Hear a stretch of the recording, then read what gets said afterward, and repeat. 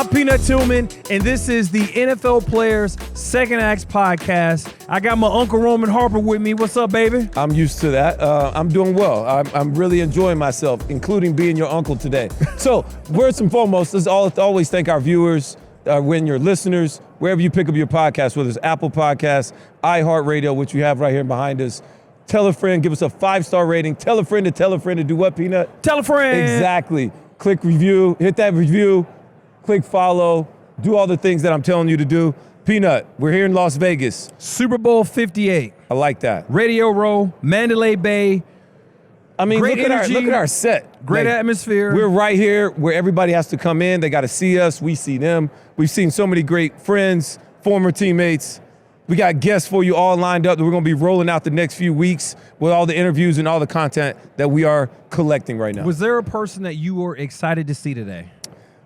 Yes, it was Coach Prime. Yeah, I was excited about that one. LT, Lawrence Taylor. Yes, another who's good a one. bad mofo. I mean, he still scares people. I don't think anybody's messing with him. And then, of course, T.O., because I had to give him some shades because I know he's my guy. What kind of shades were they? TKC, the King's Child. A friend of mine, his clothing line, he's doing shades now. Shout out. I mean, he's going to get some love here. Okay, so yeah, for sure. Yeah. So over the next couple of weeks, we'll be rolling out a series of episodes. Make sure you tune in, you follow, you listen. We got some good ones coming. I know for the first two that we're going to bring out, it's going to be Terrell Owens and Victor Cruz. And right now, we're going to toss it to Terrell Owens. I'm excited about our next guest. This guy is one of the greatest receivers of all time. Top three. All time. I don't care who you ask. Easily. One of the greatest receivers of all time, inducted to the Pro Football Hall of Fame 2018. He is now an entrepreneur in the fitness game, and he is here on behalf of M&M's. Ladies and gentlemen, Terrell Owens. T.O. My guy. Welcome to the show. T.O., what's up, baby? Hey, I'm here on behalf of, I know your name, Peanut Tillman. You know what I mean? These don't have peanut in them, but it's peanut butter. Okay. You know what I mean? So I did that commercial. They just revealed the full commercial. I had a chance to work with Bruce Smith. I know y'all just had LT on, but fellow Hall of Famer Bruce Smith, Dan Marino, and then the reveal this morning, they showed everybody had the chance to share the screen with a phenomenal actress, Scarlett Johansson. Oh, Scarlett Johansson. Yeah, that's Scarlett big time. Johansson. Well, Black Widow. With the big boy. So the premise of the commercial is like almost champions. So she's almost had an Oscar, and us, we almost won a Super Bowl. All you guys. So obviously chocolates, comfort food. So they got this ring of comfort. They made out of chocolates, M&Ms, and stuff like that. So M&Ms.com. Go check out the full commercial. Look at that. We already got the plug right here. You know what I mean? You got the check that plug. out. Did we get some? Yeah, man. All right, cool. I brought you some peanut right here. Okay, bet. All right, now, M&Ms. I got to know this because I know you personally. So what's it like being 50, bro? I mean, you're already in phenomenal shape. I mean, how you holding on to yourself, man? You still looking like you ready. Eating these peanut butter M&Ms. Nah, man. Hey, man. As you get older, obviously body changes, things of that nature. I've been able to maintain my level of fitness just by eating healthy. To be quite honest, I'm not one of those guys just let myself go.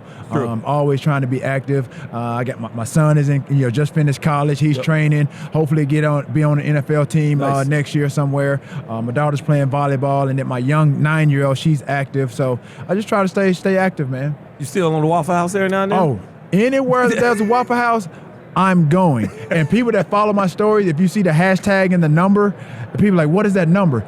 That's the store number. The store number. Yeah. So I always tag that as well. I think that's the most interesting thing about Terrell that people don't know is like, oh, no, he in Waffle House. Oh, yeah. And the thing is, people are like, oh, Waffle House is nasty. You can find healthy alternatives or options anywhere you can go. Yes. Right. So for me, like I said, I don't eat all the other stuff. Like I go egg whites, sliced tomatoes, and I gotta have me a waffle. So yeah, they got all the sausage, egg, and cheese, all that stuff. They got all of that, but I don't indulge. Now, are there any other football leagues that we're going to see you in that are fan controlled? Hey, you never know, man. They got this UFL. You know what I mean? You think you can play in UFL right now? Yeah, I mean, obviously, like a whole season or like a quarter. I would have to strategically, like I said, even like I could play in the Super Bowl this Sunday. Third down in red zone. Third down in red zone. I mean, that's where, again, like I said, I would be a viable option. Like I said, to go out there and run, honestly, I got to be realistic. I'm not finna run you 50, 60, 70 snaps. Right. But when you think about the advantages and obviously the teams that are playing in the Super Bowl today, they are here today because they moved the chains in third down, those critical downs. Right. And in the red zone, that's where the pay dirt is. That's where you got to score points. Look at the Ravens. Yeah. What happened with Zay Flowers? He couldn't get it right at the end zone. You know what I mean? Fumble the ball. That's where you move the chains, and that's where you end up being in the Super Bowl, by putting points on the board. Right now, money on the line. You're Ocho Cinco and a 40. Who winning? But man would give me my money, boy. If you bet on him, you done lost. You done lost. When's the last time you timed yourself in a 40? Because I seen you run Probably 4-4. about a year and a half, 2 years ago. Yeah. I seen you run 4-4. Yeah, Whoa, and what was it? 4-4 what?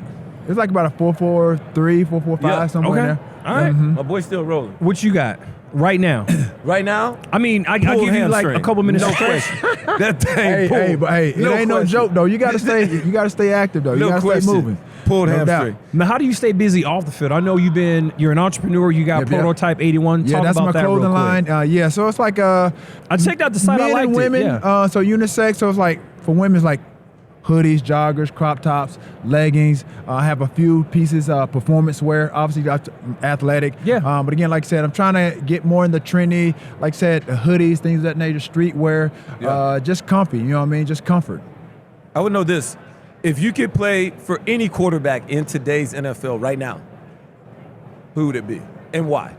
I have to go with one of the guys, both of those guys that are playing in the Super Bowl right now, especially Patrick Mahomes. Just his ability, obviously, to play inside the pocket, Yep. and he can play outside the pocket. yeah. When you look at my career, unfortunately, I didn't get to play my tenure with Steve Young. Yeah. But you think about how he was early on in his career. Obviously, pocket passer, but when he got out of the pocket, he can make plays with his feet. Obviously, scramble drill, for a defense, that's a nightmare. Obviously, trying to get guys to uncover.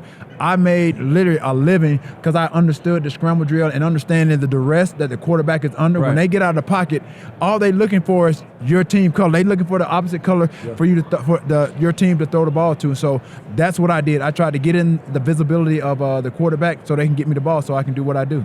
I call it MYA, make yourself available when that quarterback is out the pocket. And you did a hell of a job doing that your whole career. I know you're busy. You got to run. Appreciate you stopping by, Now, giving us some M&Ms. Shout out Got to you. M&Ms again. Shout out to M&Ms. And I brought gifts for you. What? Oh, So- you giving gifts? Oh, I gotta tell B All Hart. right, about this. I know you gonna tell B Hart. This is from my boy. He has his own clothing line, 2 pair of shades. You pick which one you want. Okay. All right. Okay. I love. I know. There we go. Here we go.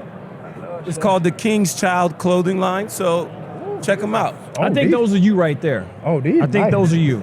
Oh yeah. Oh yeah. That's you. Oh yeah. These. That's nice you. right here. Wow. So if you can look at the other cat, I think it's a little bit blue or tint. These but look a little nice to these things right here. Okay. boy. That's you. What's the name of these? The King's Child clothing. King's Child's Clothing. Okay. Yes. All right. These are fire. Well, yeah, DKC. where my camera at? Where my camera at? Appreciate you. Yeah. What's up? Like that. All right, we'll get you out of here, dog. Appreciate it. And the next guest that we're going to be rolling out and showing out to you is Victor Cruz. Now, yes, this was recorded on Thursday before the Super Bowl and Honors Night, where he will be talking about his prestigious honor, which is the Captain Morgan Fan of the Year award that he's been glorious and been the campaign manager. Last 3 years. The last 3 years of rolling that out and rewarding that to a fan throughout the year. Pretty crazy. I can't wait to show it to you guys. Here it is.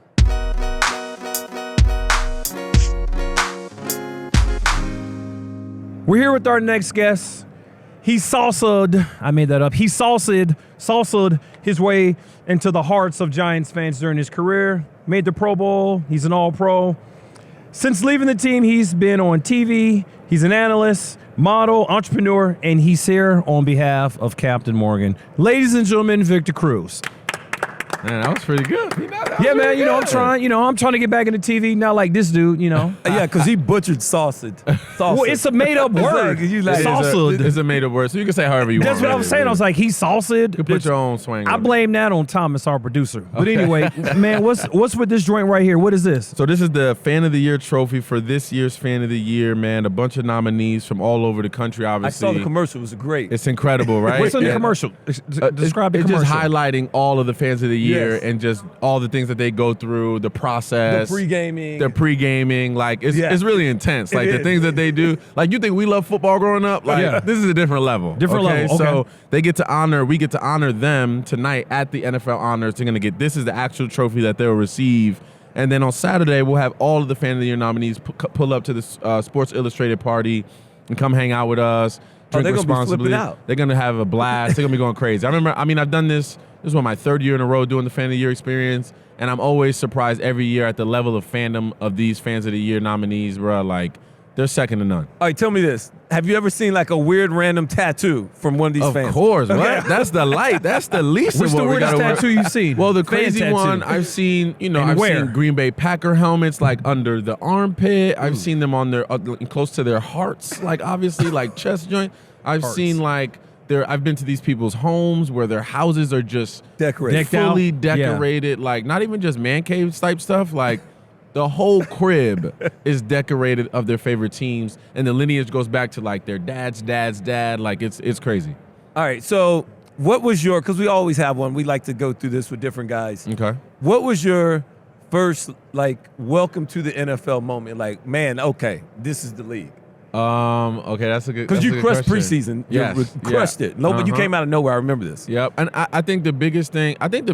Actually came before I got into the. I was in the league already, but it was my freshman year, my rookie year. Obviously, the second year is when we won the Super Bowl. Right. But my first year was, I played that year. I got hurt. I was on IR. Finished the year out. But that summer, going into the next year, it was a lockout. Yeah. And Eli didn't have anybody to throw to. He lived in New Jersey, obviously. He didn't go back home to Mississippi or like New Orleans where he's from. So he's at home, and I get a call, and I look at my phone, I'm like, Eli Manning? I'm like, this got to be like a typo. He must be having the wrong number. He calls me. He's like, yo, I need somebody to throw to. Can you pull up to Hoboken this morning and come and just throw with me and whatever? And I'm just like, yeah. Like, I'm like nervous. And I pull up, and we're in a dog park outside of his crib in Hoboken, New Jersey, throwing the ball at 7:30 a.m., and he's giving me kind of the tricks of the trade of our offense, things he likes within the offense, things he wanted to see, and just different plays he likes to run. Like, I could tell that this was like, I needed to cherish this moment because I'm getting a step ahead of other people right now, and I need to just pay attention. And that led to us having a great rapport when the season came, and I got my opportunity and took advantage of it. We won a Super Bowl that year. So, like, that moment really just prepared me for, like, what the NFL is and what a elite level quarterback throws like. I had blisters on my thumbs. Yeah. I didn't have gloves on or nothing. I just You had pulled no up. gloves? I ain't even had no gloves, bro. And I'm just like catching the ball, and I'm like, ooh, that one hurt. I just gotta throw it back and just stay right on them strong. laces. Stay Yeah, strong. yeah. So that was one of the biggest moments for me. But what was one of the greatest memories Ooh. that you've had? We've all been to Super Bowl. We 50. I played in, what Super Bowl did you go to? I only count the one I won. Oh, okay. Whatever.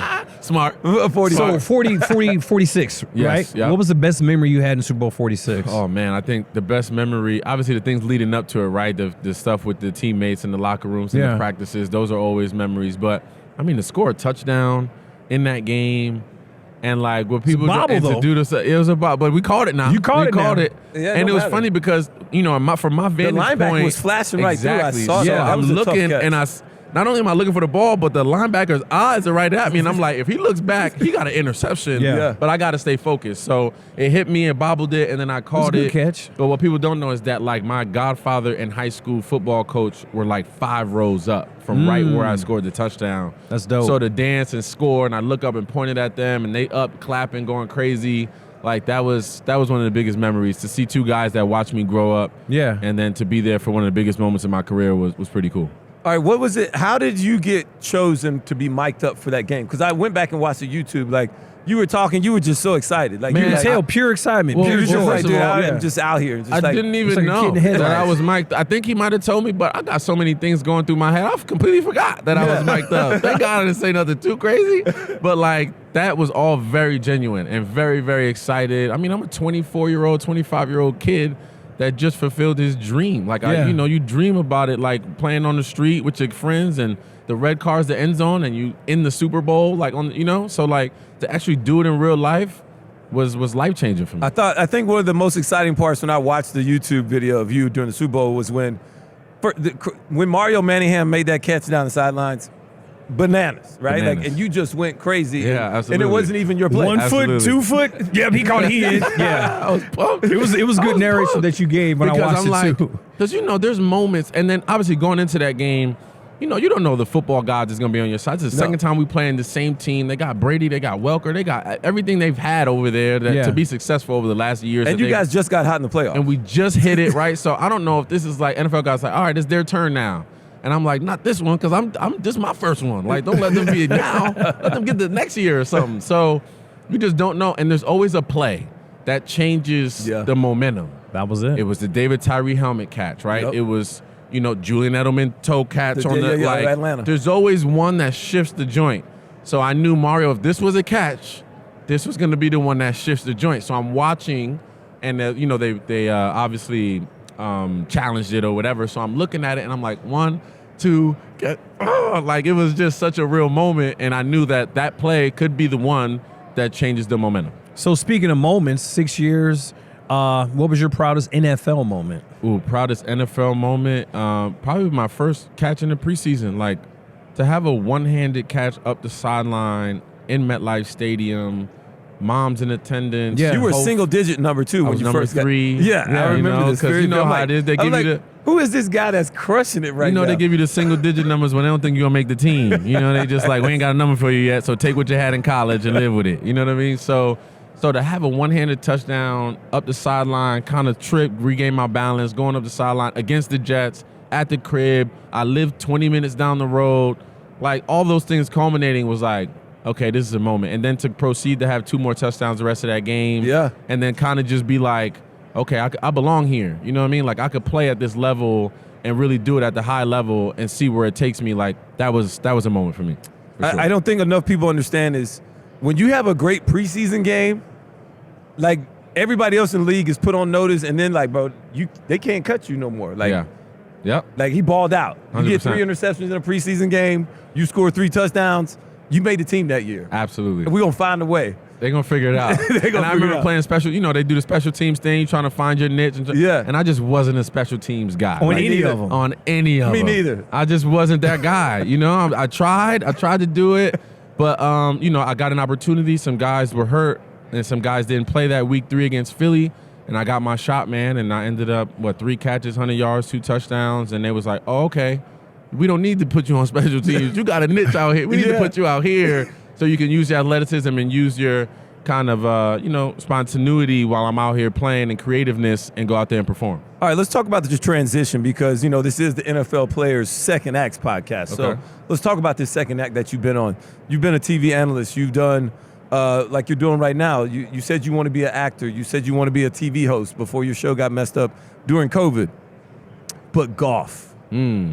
Let's go there. My guy's paying attention. He's looking at the joints Let's on go my gram. there. He's watching things.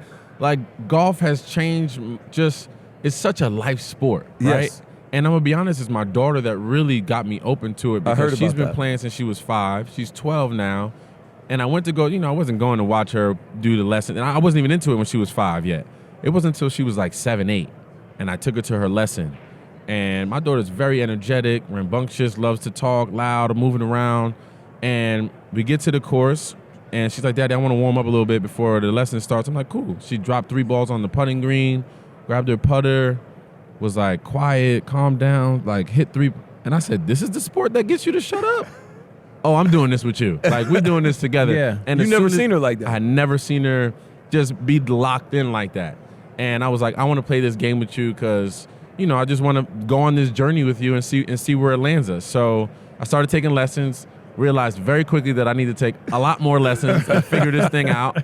But once you hit one flush, it's nothing better. oh my God, it's nothing better. Trying to recreate And that I've moment been every time. addicted ever since, bruh. And through that addiction and through me getting better over the years, pretty fairly quickly, because again, I'm addicted, right? Yep. I can't go.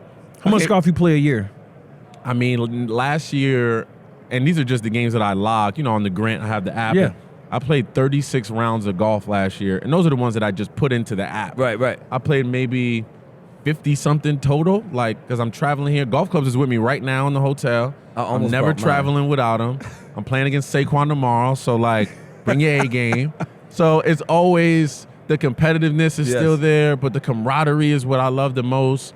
And then you get the opportunity, like I got the opportunity to play at Marco Simone and at the Ryder Cup at that Pro-Am and be in Italy and like play golf in the, you know, in the illest spot in Italy. Like, you can't beat some of those things, man. And it's just opened up so many more doors and resources and just people that it's really been a game changer for me. The amazing thing to me, what I learned is that if you're like halfway decent, I don't need you to be in the 70s. But if you be in the upper 80s, low 90s, like you can play. You can get around. And then like you will get invited to so many other people because people love to play golf. 100%. The first thing I learned, first lesson before I even swung a golf club, my instructor said to me, he was like, I need you to remember 2 things. I need you to play fast and have fun. And I was like, okay, I could do that. Like, in the beginning, you know, you're hitting it all around. You're like, let me pick this thing up and meet y'all at the next tee. But I ain't about to be back here hitting it 100 times. As you get better, though, you start to understand the game and you understand how to hit balls and you understand, like, I'm a G outside of the rough in the bushes because that's where you get the most practice the first 2 years is like, I'm going to hit it out of these bushes. I'm going to hit it out of there. I'm always in trouble. So I can get that practice. Now when I get in trouble, there's a certain confidence to get out of that. Or if I have a window, I know how to hit it out of that. It's the same in life, right? Same thing I tell my daughters, like, you get into these troubles in life, you got to find that window to hit it out of. You got to find that little safety net for you to say, okay, how am I going to plan myself to get out of this jam that I'm in? Right. It's no different in golf than in real life. I stay whooping your butt in golf every time we go. Like that? I stay. Oh my God, Rome is terrible. Rome is terrible. But speaking of entrepreneurship, right? I know you got an investment in Eastside Golf. Correct. What do you like about their brand? Oh man, well first of all, I just love that they're 2 young brothers that are just figuring it out. And, I got stuff with them. And just venturing off into a world that doesn't have many people like us in it. Yeah. So because of that and because of their authenticity, right? They're real golfers. Like they're really nice with it. Obviously, Olajuwon's still trying to become pro and do all of those things. Like they're really real about it. Not just 2 guys trying to make some money off some golf. Like these guys are really passionate about the sport. They're walking the walk. And that's what really kind of gravitated me to them. And then obviously having 2 guys to just talk to about the game that have done it at a very high level and through the college ranks and all of that good stuff. It's just good to have guys like that in my back pocket. And then from a business perspective, I just saw the growth of golf from when I got into it around the COVID year or whatever. And just to now, it's grown exponentially. Yeah. And I kind of saw that early on, and I was like, let me get behind these brothers and see just where it goes, and just have A, some cool stuff to rock when I'm out there playing, and then B, be behind something that's authentic and see and just kind of see where it takes them. I just ordered a shirt. I didn't know nothing about it until you came on and I'm looking at the bio. I was like, oh, Eastside Golf, what is that? Okay. And you still think he beat me in golf. He didn't even know about Eastside Golf. It's starting to be a little shaky now. It's starting to, the facts ain't starting to shake up right now, to be honest. Exactly. You see, I didn't say nothing. I'm like, it'll play itself out. It'll play itself out. Exactly. Rome ain't never beat me in nothing. Uh-oh. Okay. That's why he crying now. Look at him. Look at them tears. Okay. That's why he crying now. He cry every time I'm right. Oh wow. Every time I laugh. Anyway. No, so last thing, and I want to get, after this, and I want to bring back up this Captain Morgan thing. Yeah. And so for you to be the league spokesperson and that man that represents the fan of the year for the last 3 years, you said. Yes, sir. Like, what does that responsibility come with, and how does that make you feel? Because I know, playing in New York has its own advantages, but you're from there, being a part of that, and now doing this and being part of the NFL. Let's talk about that. Well, it's pretty incredible, right? Because if you look at my journey, right, I've always kind of prided myself on being the people's champ. Like I grew up right down the road from Giant Stadium. I'm the guy with 25 family members at the game, all from Patterson, moving around. You're going to spot them when you see them, type of thing. You know who they are when you walk through the stadium. And I've always been just mixed in with the people. So I've always, when I'm at the mall in Jersey or I move around normally, so people see me and they kind of go, you just walk around here? No, I'm like, yeah. Like, can relate the same to that. thing I used to do when I was a kid walking around. It's no different for me. So. Right. To always carry myself as a people's champ, as a man of the people, in my opinion, to be able to represent Captain Morgan and represent the fans of the year, it just makes sense because I'm always interacting with the fans all year long, every day, no matter if I'm in New Jersey or if I'm in California or if I'm in Vegas. Like, the fans are everywhere. So to be able to represent all of them and to be able to hand them this award and be like, thank you for your fandom and thank you for your love of this game that I grew up loving my entire life, like, it's a pretty big honor for me and something that I don't take lightly. Yeah, I know I said that was my last question, but I lied. Okay.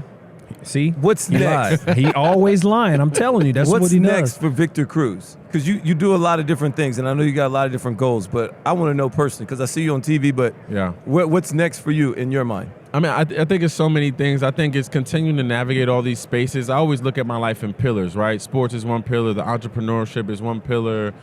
Me in the TV space is one pillar. So as long as all those things are moving at the same time, I always want to be in those things together. Now, one may show his head and be like, okay, this is a big deal that's risen up from one of these pillars that you should take seriously for a minute and kind of push those things to the side.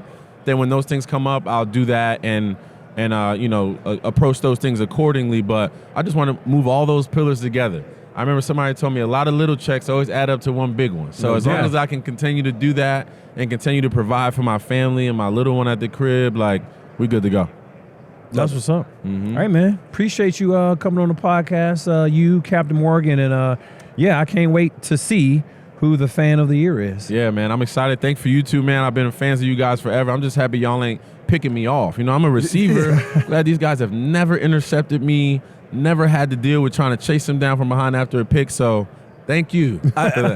We in New Orleans, we used to love seeing the Giants because we had Eli's number. So like it was never good. I mean, we played y'all one time, and this might have been just after you.